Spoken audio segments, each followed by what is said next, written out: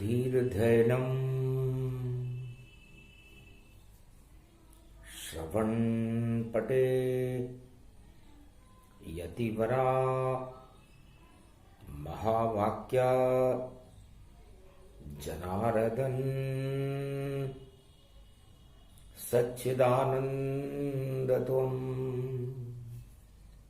शरणं व्रजेश। यादवेन्द्रं दयादाता पुण्डरीक्षा क्षीरसागरशयनं कमलनयनं नमस्तुते नमामि श्रीहरि। धैर्य से जिसको धारण किया जाता है,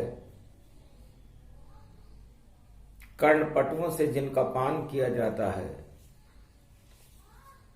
ऐसे सच्चिदानंद भगवान श्री यादवेंद्र सरकार को मैं नित्य ही चिंतन करता हूं, नमन करता हूं, जिनको नमन करने से मंगलादि मंगल तो हो ही जाते हैं, साथ ही में बहुत बड़ा बल मिलता है मनुष्यों को।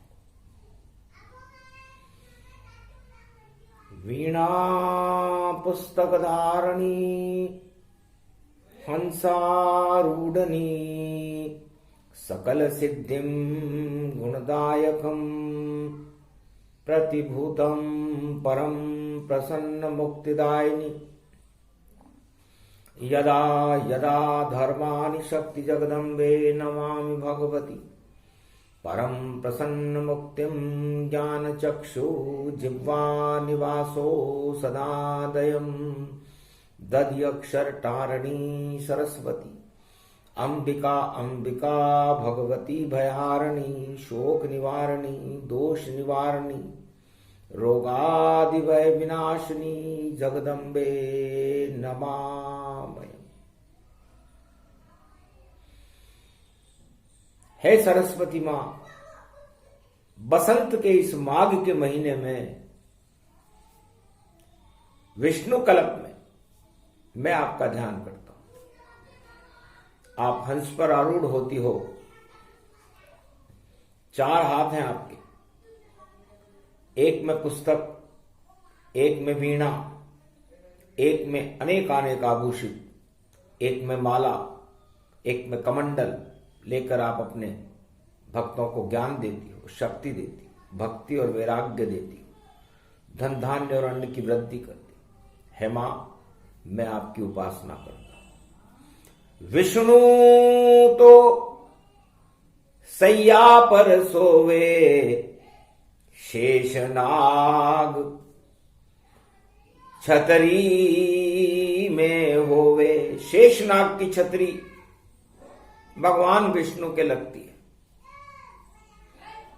सारे नागों में एक ही नाग शेष रहता है जो क्षीर सागर में विष नहीं अमृत फैलाता है, और भगवान विष्णु उस शेष शैया पर शयन करते, और आप कमल के फूल पर बैठी लक्ष्मी मात, कमलासन पर चरण चापती, और विष्णु रहे मुस्कात। भगवान विष्णु ने महालक्ष्मी से पूछा, जो कमलासन पर विराजमान थी क्षीर सागर में, लक्ष्मी जी आपका स्थान कहां है? महाराज आपके चरणों में, और चापन सदा मैं करती हूं, और कमलासन पर क्षीर सागर में चरण चापती रहती हूं। बस ये ही मेरा काम है, और यह है पावन धाम, और आप मेरे पति हो विष्णु, और ये शेष शैया भगवान, आप मेरे प्राणनाथ। तब कहा लक्ष्मी मेरी नाभि में जिस पर तुम खुद ही विराज रही, देखो क्या उदय हो रहा नाभि से ये कमल रूप प्रगटा ही रही। तो विष्णु की नाभि से निकले और कमलासन का रूप, और कमलासन पर बैठी लक्ष्मी, और ये है विष्णु स्वरूप। भगवान विष्णु ने कहा आप कमल पर बैठी हो, क्षीर सागर में बैठी हो और मेरे चरणों का चापन कर रही हो, और मेरी नाभि में आपका कमल उदय हो रहा है। तो मेरी नाभि में लक्ष्मी बसे अष्ट कमल के साथ, शक्ति उसको कहते हैं, और शक्ति दुर्गा मां। हर आत्मा में नाभि के अंदर जो नाभि कमल होता है उसमें अष्ट पंखुड़ियां होती हैं, और उन अष्ट पंखुड़ियों पर अष्ट दुर्गाओं का निवास होता है लक्ष्मी। विष्णु कल्प की दिव्य कथा को कर लो श्रवण अब पान, अमृत वर्षा इसको कहते माघ मास में मान। ये माघ का महीना है, और कमल में अमृत कैसे खिलता है ये बताता है। कमलासन लक्ष्मी प्रिय लगे, विष्णु की नाभि में कमल खिले, उस कमल में देखो ज्ञान रूप, और शंकर भोलेनाथ खड़े, उनके ऊपर ये जो छतरी उसमें ये ब्रह्म विचरण ही करे, और 4 वेद से 18 पुराण श्रुतियों का ब्रह्मा देखो पाठ करे, और शेष शैया में ठाठ करे, बेकुंठ में कमल रूप धरे, और कमलासन लक्ष्मी का आसन, और विष्णु कमल पे मोहित ही रहे। तो ये कमल का फूल सबसे महत्वपूर्ण है। आज कलयुग की कालिमा को हटाने के लिए हम भगवान विष्णु कमल के फूल पर, कमलेश्वर शक्ति बड़ी, भोलेनाथ भगवान, और कमला के ईश्वर है विष्णु है भगवान। कमला के ईश्वर, कमला लक्ष्मी को कहते हैं, भगवान विष्णु है। अब कमल कीचड़ में खिलता है, और ये कलयुग पूरा कीचड़ है, इसमें कालिमा ही कालिमा है, लालिमा का तो पता ही नहीं चलता। तो कीचड़ में है कालिमा, और लालिमा विष्णु समान, और उसी कमल के फूल में और बसते हैं भगवान। तो विष्णु कैसे प्रकट हुए, शक्ति उन्हें प्रकट खुद करती है, और कमल पे बैठती है लक्ष्मी, और विष्णु में कमल खिलाती है। तो ये कलयुग की कालिमा, और इसको कौन हटाए। कमल पे बैठी लक्ष्मी बोली, विष्णु से मुस्काए। महाराज, कलयुग में कालिमा छाई हुई है, कीचड़ ही कीचड़ है। इस कीचड़ को कैसे हटाएंगे आप? क्योंकि आपकी नाभि में तो बसंत खिले, और खिले कमल का फूल, उसी कमल पर शिव बैठे हैं जो विष्णु चरण की धूल, उसके ऊपर ब्रह्मा बैठे, ब्रह्म शक्ति गति पाए। ऐसा कमल विष्णु नाभि का कोई खिला नहीं पाए, किसी सागर में नहीं खिले। ये जो कमल महान, ये तो कमल विष्णु कमल क्षीर सागर में ही जान, ये एक ही कमल है, स्वर्ण कमल है, ये क्षीर सागर में खिलता है, और जिस नाभि में खिलता है वो शांताकारम भगवान विष्णु है। इसे बसंत कहते हैं, जिसका पर किसी का वश नहीं चलता, परम स्वतंत्र है भगवान विष्णु, जिसका कोई अंत भी नहीं कर सकता। तो बसंत खिलती है कमल फूल में, माघ रूप गति जान, कमलासन पर बैठे लक्ष्मी, और देखो बने महान विष्णु शांताकारम, और प्रगटे बिंदुताय। महाराज, आपने अपने नाम में बिंदी का क्यों महत्व दिया? तब कहा बिंदी ही सब कुछ है।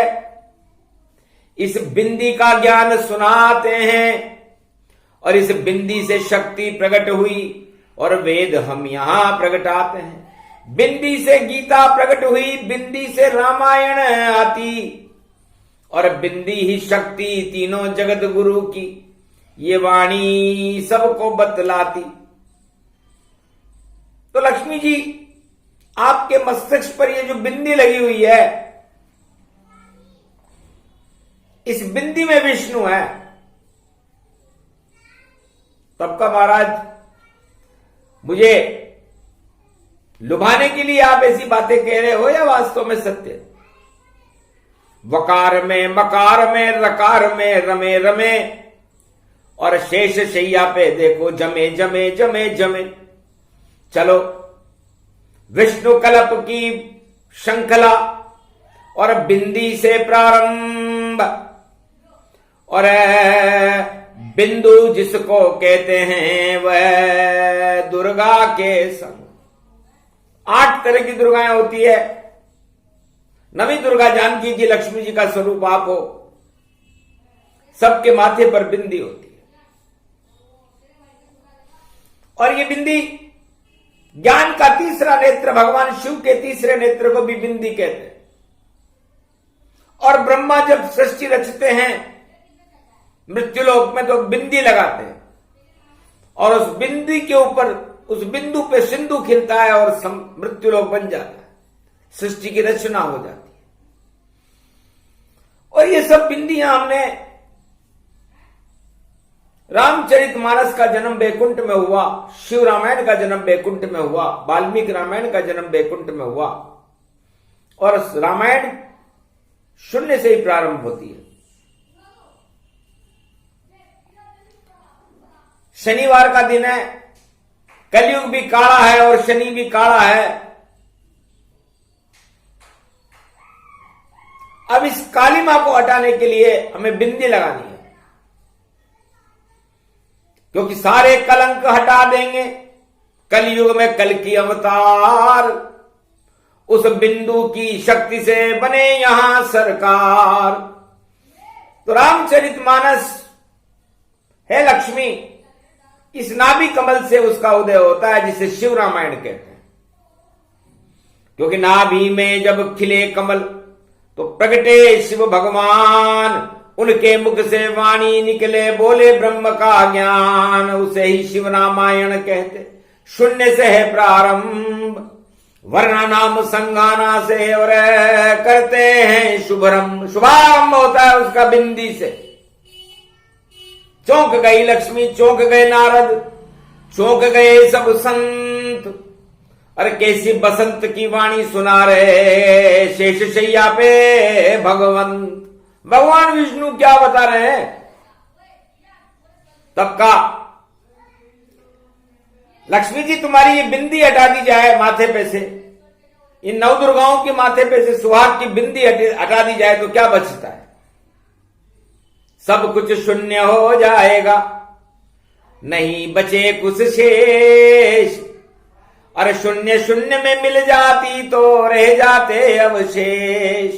इसी शून्य से शक्ति प्रकट हो, वही बिंदी का रूप। उसी बिंदी से रामचरितमानस का बना स्वरूप। वर्णा नाम अर्थ संगाना। वकार से रामायण प्रारंभ की और वकार में ही लय कर दी तो सबसे पहले बिंदी बन गई। ये रामायण वाल्मीकि करे पारायण, तुलसी ने भी बिंदी लगा दी और कलयुग रामायण प्रगटा दी। शिव मुख दिव्य दृष्टि से प्रगटा विष्णु का ज्ञान, रामचरित मानस में प्रगटे बनके विष्णु राम भगवान। तो उस बिंदी को देखकर हम चकित रह गए कि लक्ष्मी की बिंदी रामायण, तो क्यों नहीं राम एक होंगे। उस बिंदी के साथ जब एक लगे तो वह शब्द में विष्णु होंगे। तो बिंदी के आगे एक लगा तो बन गया मेरा रूप, उसको विष्णु कहते हैं और रामचरित का स्वरूप। तो रामचरित मानस में एक बिंदी आई और फिर भगवान विष्णु एक ही होते हैं, अनेक नहीं होते। उसके लगे तो बिंदी के जब लगे एक तो शब्द बना वह जानो और वर्णा नाम संगाना उसको विष्णु रूप ही मानो। तो रामचरित मानस शुरू और बिंदी का ये खेल, मृत्युलोक में सभी शून्य है नहीं यहां सब मेल। इस मृत्युलोक में कोई भी हो सब मेल ही मेल है और ये ईश्वर का खेल है। और शून्य से आयो खाली हाथ आए और खाली हाथ जाओगे। शून्य का ज्ञान माघ के महीने में भगवान विष्णु योगवाणी में बता रहे हैं। दिखा कमल का फूल, अरे कीचड़ में ये कमल खिले भई, कमल फूल की भूल। ये कमल बहुत भूल कर रहा है। कीचड़ में खुशबू नहीं, कीचड़ में नहीं कोई, खाली कमल उगा कीचड़ में, ज्यादा दिन नहीं जोए।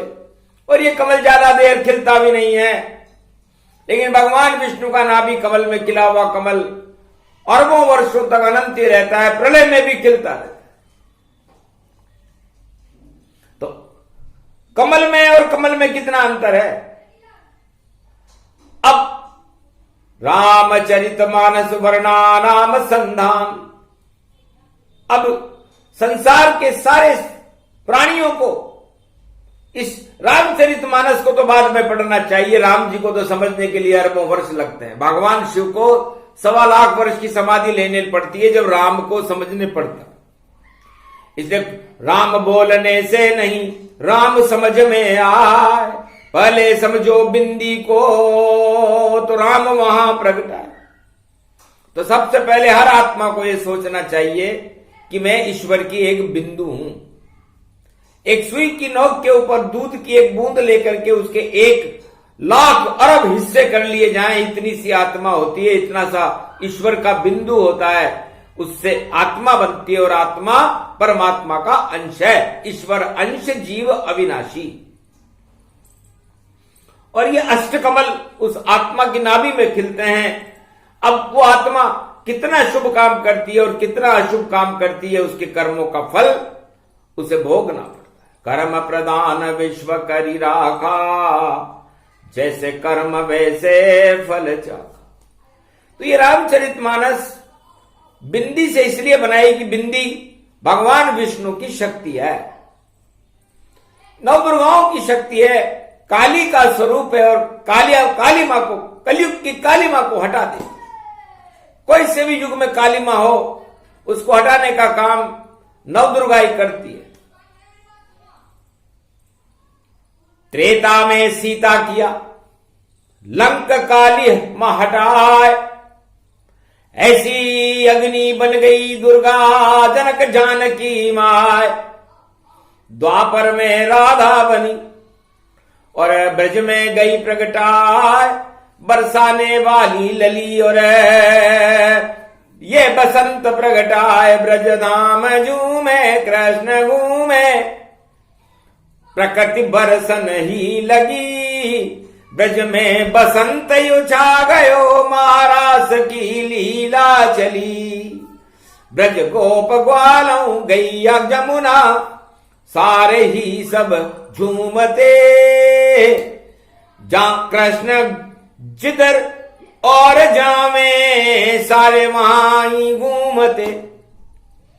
ब्रजधाम पावन हो गयो ये कृपा शक्ति की हुई। बरसाने वाली मैया देखो ब्रज की महारानी हुई। तो ब्रज की बिंदी राधा है और अवध की बिंदी जानकी। और कलयुग में सब शून्य हो गए, नहीं शक्ति कोई मान की। यहां शक्तिहीन है, न यहां राधा है, न यहां जानकी है, न यहां राम है, न यहां कृष्ण है। और फिर भी हम प्रसन्न है। कैसो कलयुग आयो लक्ष्मी, बिना राम और कृष्ण के सारा जग ही प्रसन्न। नहीं कोई बिंदी जानते, नहीं कोई जाने विष्णु, न कोई विष्णु को जानता है, न कोई यहां पर दुर्गा को जानता, न सीता को जानता, न राधा को जानता, न राम को जानता, न कृष्ण को जानता। किसको जानता है? भोगों को ही जानता। भोगों में भगवान, भोग ही उनका भाग्य बन गया, बोले विष्णु भगवान। तो भगवान में और भोग में एक ही राशि है, लेकिन भोग में भगवान नहीं होते और भगवान में भोग नहीं होते। वह तो 56 भोग लुटाते, नहीं करते कोई भोग। और यहां पर सब लूटे भैया कलयुग में सब भोग। और कलयुग में तो सब भोग को लूटने के लिए तैयार बैठे। तो ये कृष्ण कल्प, विष्णु कल्प, राम कल्प, सत्य कल्प। तो ये विष्णु कल्प की बिंदी आप हो लक्ष्मी जी। और आप जिसके बिंदी, जिसके माथे चढ़ गई लक्ष्मी और उसके मद चढ़ जाए, पर विष्णु पे मद नहीं चढ़े, वहां तो ज्ञान की भक्ति प्रगटाए। भगवान विष्णु के वो बिंदी आज चढ़ती है, लेकिन वो बिंदी आज तक उन पर मद नहीं चढ़ा सकी। और सारे संसार पर लक्ष्मी मद चढ़ा देती है। और जब मद चढ़ता है तो 100 शराब की बोतल से भी ज्यादा नशा होता है। राजमद, 8 तरह के प्रबल मद होते हैं, 8 तरह की दुर्गा होती है। तो जिस पे चढ़ जाए जैसी दुर्गा, वैसा उसका मद होगा।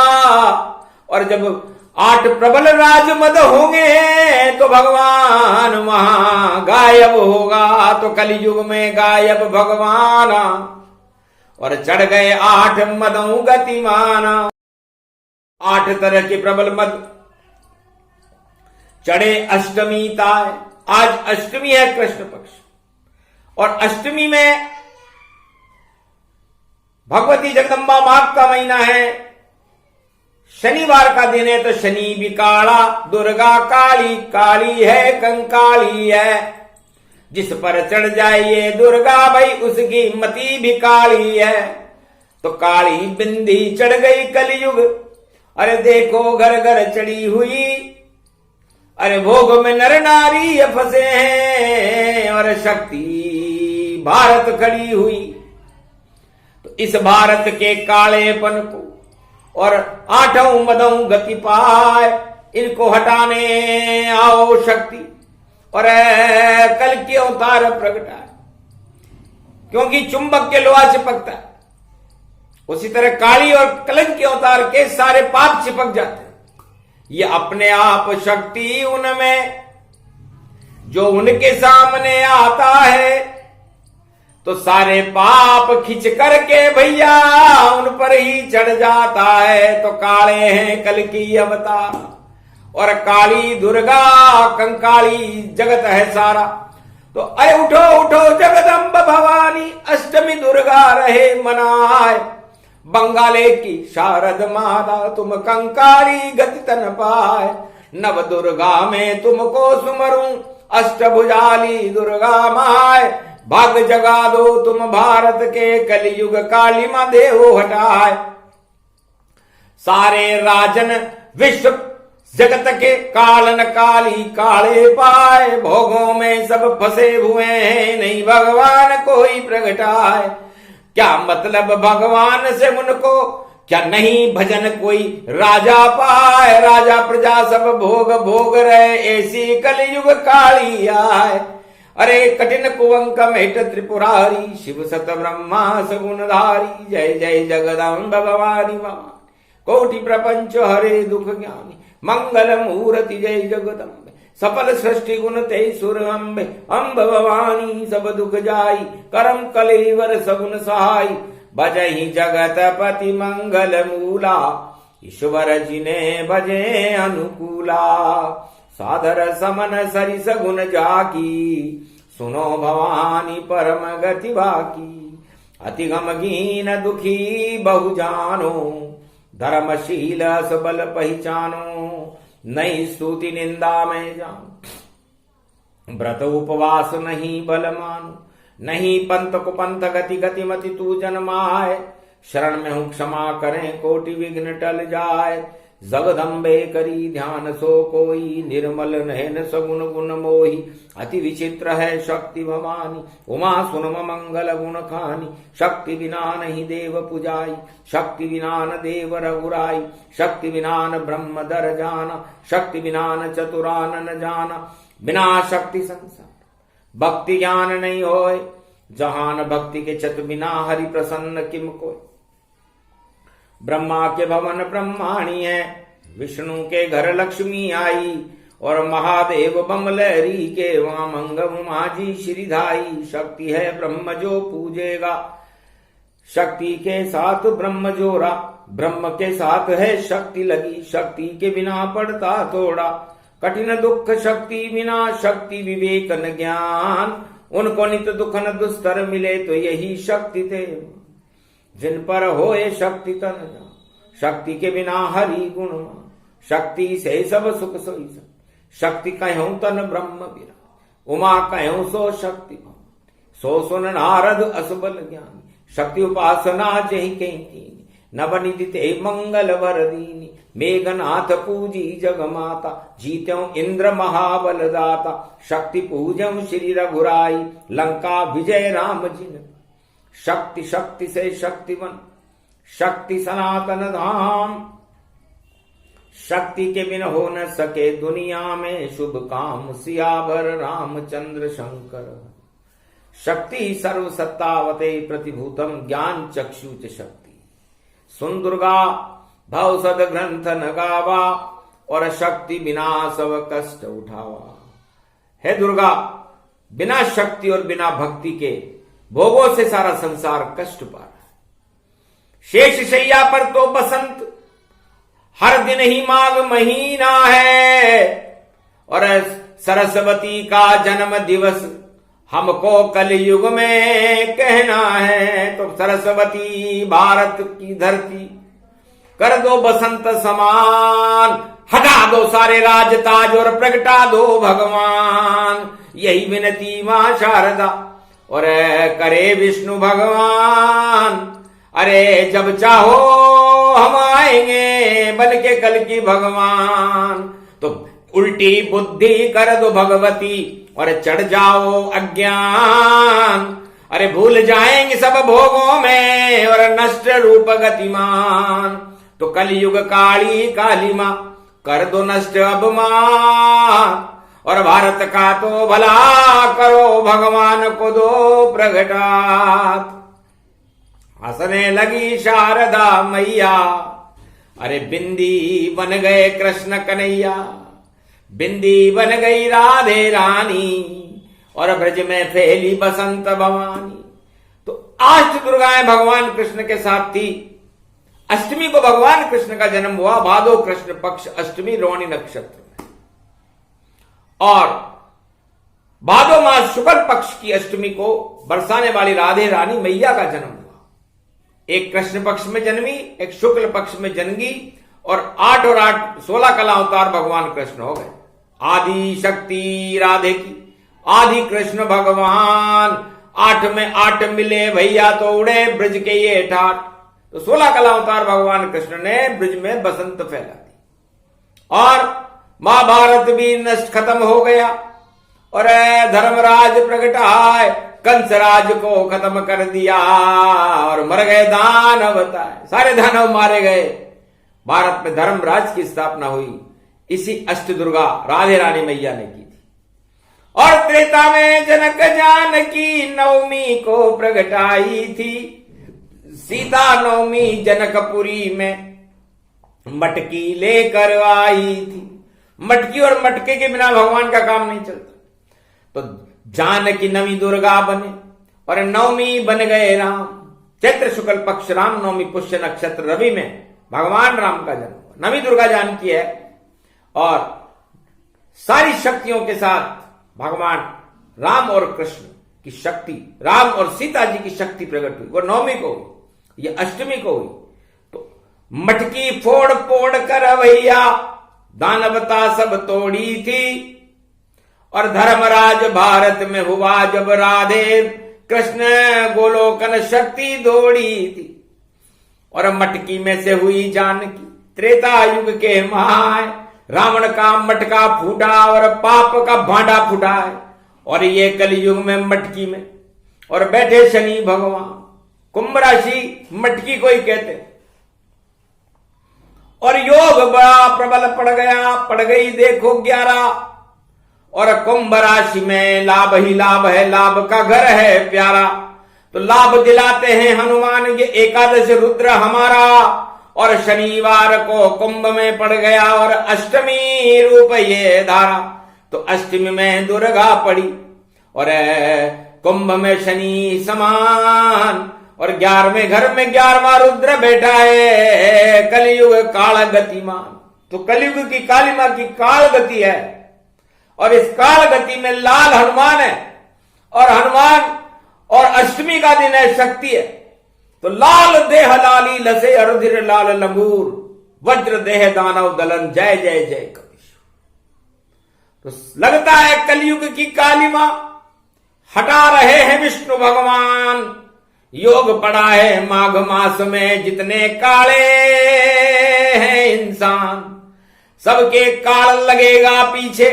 और देखो काल पताए और काली मां हट जाए कलयुग की। और कल की अवतार लाल प्रगटाए। तो कल के अवतार का प्रकाश शनिवार की अष्टमी बसंत के समान संकेत कर रही है कि अवतारों की बसंत होगी और राजाओं का अंत होगा। और ये भोग जितने भी भोग रहे भैया कोई न भोग यहां होगा। अब तो भगवान की शक्ति प्रकट और योग प्रकट हो जावेगा। सब राम राम राम करते रहे और राम राज आ जावेगा। तो बिंदी से प्रारंभ होती है कथा राम की जान। वर्णा नाम संगाना का दिया तुलसी ने ज्ञान। तो ये वह शब्द एक बिंदी और एक शब्द से बनता है। और रामचरितमानस तुलसीदास जी ने वर्णा नाम संगाना लिख के की। वह विष्णु का स्वरूप है। वैसे ही ब्रह्मा बनते हैं, वैसे ही विश्वनाथ शिव बनते हैं। तो तीनों जगत गुरु आ गए। एक ही शुरू वकार उस बिंदी के साथ में। और विष्णु जय जयकार। विष्णु कल्प की ये कथा वर्णा नाम संगान। इस पे गर्वाणी हो तो बोले विष्णु भगवान 72 घंटे तक। रामचरितमानस तो बहुत बड़ी है। इसके लिए पहले आपको मानस बनना पड़ेगा, राजा नहीं। राजा को तो रामचरितमानस खारी लगती है। कोई सा भी राजा हो विश्व का, रामचरितमानस बनने के लिए राजा पद हटाना पड़ेगा, उसे मानस बनना पड़ेगा। पहले मानव बनो, मानवता को अपने अंदर स्थापित करो, तब राम को देखना। राम राजाओं के पास नहीं जाते, न गए। पूरी रामचरितमानस पढ़ लो, एक भी राजा से नहीं मिले राम भगवान। और जिन जिन से मिले राम जी उन्हें राजा दिया, बना दिया महान। सुग्रीव को पंपापुर का राजा बनाया और विभीषण को लंका का राजा बनाया। बाकी बनाने गए थे, उनसे मिलने नहीं गए। तो रामचरितमानस ये कहती है कि किसी भी राजा से किसी भी युग में राम जी नहीं मिलते। कुछ भी कर ले, कितना भी कुछ शक्ति लगा ले। कश्यप अदिति को भी और तप करना पड़ा महान। 3 जन्म तप किया, तब मिले राम भगवान। दशरथ और कौशल्या ये कश्यप और अदिति हैं, राजा थे, बड़ी तपस्या की इन्होंने, और इतनी तपस्या की कि भगवान राम तब जाकर उनसे मिले थे, उनके पुत्र बने। अब आप कहोगी मैं तो राम को फटाफट बुला लूंगा और सब राम मेरे वशीभूत है, तो राजाओं तुम्हारा वहम है। राम प्रेम के बस में रहते और नहीं कोई पाए, राम तो शिव के बस में है, सदा कैलाश प्रगटाए, सदा कैलाश पर। तो राम शून्य कर देते हैं सारे घमंड को, तानाशाही को, पाप को। इसलिए शून्य से रामचरितमानस प्रारंभ हुई है। शून्य उनकी शक्ति है और उस एक में निवास करती है जिसका नाम विष्णु है। तो लक्ष्मी विष्णु के अंदर ही सदा करे निवास, और विष्णु ही अवतार बन के भारत में करे प्रकाश। तो भारत में जयकार राजा की नहीं होए, पूरे विश्व में राजा एक तरफ और जय जय विष्णु होए। तो विष्णु कल्प के पाठ में, और राजा का क्या काम, राजा नीचे बैठकर सुने राम का नाम। यदि वो राजा भी है तो नीचे बैठे और रामचरितमानस को सुने। भगवान विष्णु का वाहन गरुड़ भी काकभूषुंड जी से नीचे बैठकर रामायण सुनने नीलगिरी पर्वत पर आया था। काकभूषुंड गरुड़ की वाणी, विष्णु कहे शिव है वरदानी। गरुड़ तुम्हारे घमंड है, छोड़ो बैकुंठ चुपचाप, और कैलाश पे नीलगिरी पर्वत पे जाओ और सुनो काकभूषुंड प्रकाश। काकभूषुंड सुनाए रामायण, तब हटेगा तेरा घमंड। तू क्या गरुड़ यहां आ गया, यहां नहीं चलता है घमंड, बैकुंठ में घमंड नहीं चलता गरुड़। जाओ और सारा घमंड हटा करके आओ और उस कव्वे से रामायण सुनना। तो त्रिलोक के सबसे बड़े भगवान विष्णु का वाहन गरुड़ को हिमालय के पर्वत पर, नीलगिरी पर्वत पर एक कव्वे से रामायण सुनने आना पड़ा था, काकभूषुंड जिनका नाम है। बड़ी ग्लानि हुई गरुड़ जी को कि मांसाहारी कौवा है और ये क्या ज्ञान सुनाएगा। पर जब सुनी रामचरितमानस तो गरुड़ का भाग जगाएगा। तो जग गए भाग गरुड़ के, वापस गया बैकुंठ, सारे घमंड को छोड़कर विष्णु हुआ आसक्त। विष्णु भगवान के चरणों में गिर गया, महाराज आपने अच्छा किया। तो रामचरितमानस और भगवान राम अच्छे अच्छे राजाओं के घमंड को हटा देते हैं, अच्छी अच्छी प्रजा के घमंड को हटा देते हैं। घमंड को हटाने का काम ही तो रामचरितमानस करती है, मानव बना देती है दानव को भी। इसलिए यदि किसी को मानव बनना हो भारत में तो रामचरितमानस के प्रति अपनी श्रद्धा को जागृत करे, उस शून्य को देखे और सारे घमंड को शून्य कर ले और उस एक राम से मिल ले। इतना सा तो कर ले, रामचरितमानस तो पढ़ते रहना और पढ़ाते रहना। हम केवल वह शब्द में ही सारी शक्ति बता रहे हैं, क्योंकि आज शून्य का दिन है, अष्टमी है, कालिका का पर्व है, महाकालिका का पर्व है, और बसंत पे हमको गर्व है। वीणा पुस्तक में वह खड़ा, ये सभी विष्णु स्वर्ग है। तो बसंत में भी वह है, वीणा पुस्तक धारणी में भी वह है, रामचरितमानस में भी वह है, विष्णु में भी वह है। शून्य और एक लकीर से वह बनता है, तो वह कितना बड़ा है। और ये वंदे मातरम, इस भारत माता में भी वंदे मातरम में वह है। तो यही विष्णु का रूप है भारत, इसमें घमंड का क्या है काम। अरे जो भी घमंड करे भारत में हो जाता है खुद बदनाम। अरे भैया दूर रहो घमंड से, और यहां तो विचरण करते राम। यहां तो रामायण घर घर में वर्णा नाम है ये संगान। तो ये वीणा पुस्तक धारणी और वर्णा नाम संगाना रामचरितमानस का देश है। इस देश में हम 4 वेद 6 7 18 पुराण गीता और रामायण भागवत का वर्णन करते करते जिंदगियां गुजर जाती हैं और गुजर जाएंगी, लेकिन आपको मुक्ति मिलेगी। सत्ता से मुक्ति कभी किसी राजा को आज तक नहीं मिलती, और सत्ता में जब घुस जाए राजा घन घमंड माथे पे चढ़ती। जिसके माथे पर चढ़े घन घमंड घमशान, उस राजा का पतन हो, बोले विष्णु भगवान। तो राजाओं का पतन करने के लिए तो अवतार है। हिरण्यकश्यप का पतन कर दिया, रावण का पतन कर दिया, कंस का पतन कर दिया, धृतराष्ट्र और दुर्योधन का पतन कर दिया। और कलयुग में तो ऐसा कोई राजा है भी नहीं। कलयुग के राजा मच्छर सम, मक्खी सम इनमान। अरे मच्छर क्या घमंड करेगा, नहीं तुन तुन करे वो तान, तुन्न तुन्न तुन्न तुन्न करता है मच्छर।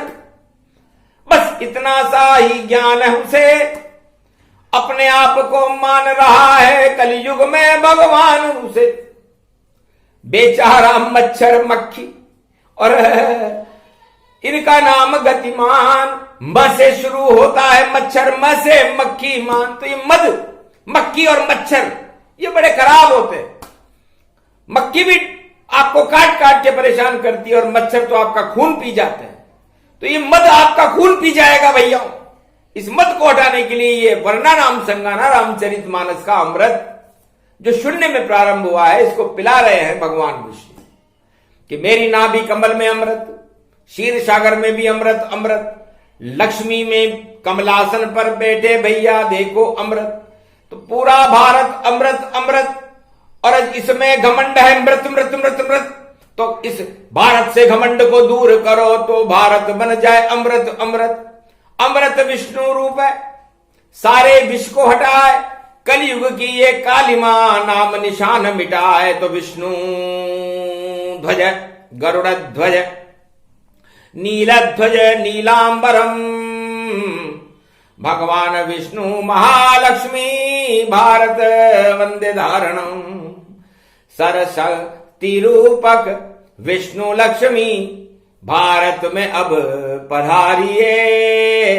ये पर्व माघ मास है बसंत इसमें प्रगटाइए। ये काली मां कलयुग बड़ी, इसको तो आप हटाइए। भगवान हो इस भारत के आप हाथ तो रख जाइए। हंसी लक्ष्मी और विष्णु, अरे वाणी तुम हो महान, जाओ कृपा विष्णु लक्ष्मी की देते हैं भगवान। तुम्हें वरदान दिया और अब तुम देना वरदान। भारत के 1.25 अरब का करते रहना कल्याण, क्योंकि ज्ञान बुद्धि सबसे बड़ी और भक्ति में भगवान। राजताज में किसे न मिलते वहां घमंड ही मान। राजताज में तो घमंड मिलता है, भगवान में तो आत्मा में भक्ति को प्रकट करना पड़ता है। इसलिए आत्मा के अंदर भक्ति को प्रकट करना, आत्मा को शून्य बनाना, उसमें उस एक राम को बुलाना, यही रामचरितमानस का स्वरूप है। इसका एक शब्द केवल विष्णु ने सुनाया, इसे वर्णा नाम संगाना का वह कहते हैं। इसलिए इस वह को याद रखो। वसे बनती वसुंधरा, ये भारत धरती रूप, वसे ही वर बनता है वसे वधु स्वरूप। तो वर और वधु माया ब्रह्म दोनों मिले, आत्मा वसुंधर जान। यही शून्य का ज्ञान है जिसे दिया विष्णु भगवान। सुने सुनाए ये प्रसंग, हटे उसका अज्ञान। 8 तरह के प्रबल राजमद हो जाते शमशान। ज्ञान ही विष्णु रूप है, अमृत ज्ञान समान। अरे जपते रहो श्री राम को तो भारत का कल्याण। बोलो जय श्री। माघ मास में विष्णु कल्प का और वह का रूपक सुनाए, वह में ही सब कुछ होता है। और वह विष्णु कहा है तो विष्णु की जयकार हो। विष्णु धर्म हमारा आदि सनातन, विष्णु भारत लगता हमको प्यारा। बोलो भगवान विष्णु महालक्ष्मी की, विष्णु कल्प कथा महाशक्ति की। बोलो भारत भगवान की जय।